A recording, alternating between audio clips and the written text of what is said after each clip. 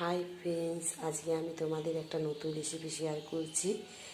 ডিমের ভুজিয়া দিয়ে আলু ভাজা। দেখতে থাকো। কড়াই চাপিয়ে নিয়েছি, আমি এতে তেল দিয়ে দিয়েছি। আমি 3টে ডিম ফাটিয়ে নিয়েছি। এর মধ্যে লবণ দিয়ে দিচ্ছি পরিমাণ মতো। আমি ফাটিয়ে নিচ্ছি। রেডি। এবারে কড়াইয়ে আমি দিয়ে দেবো।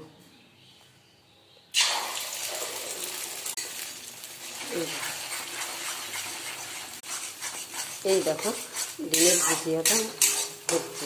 ডিমের ভুজিয়াটা আমার হয়ে গেছে, নামিয়ে নেব। দেখো, ডিম ভুজিয়া আমার রেডি।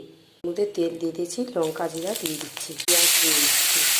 পেঁয়াজটা ভাজা হয়ে গেছে, এর মধ্যে আমি আলুটা দিয়ে দিচ্ছি। আলুটার সঙ্গে নুন হলুদ মাখানো ছিল আগে থেকে। দিয়ে ডিম আলুর ভুজিয়া, এর সঙ্গে আমি ম্যাগি মশলা একটু দিয়ে দিলাম।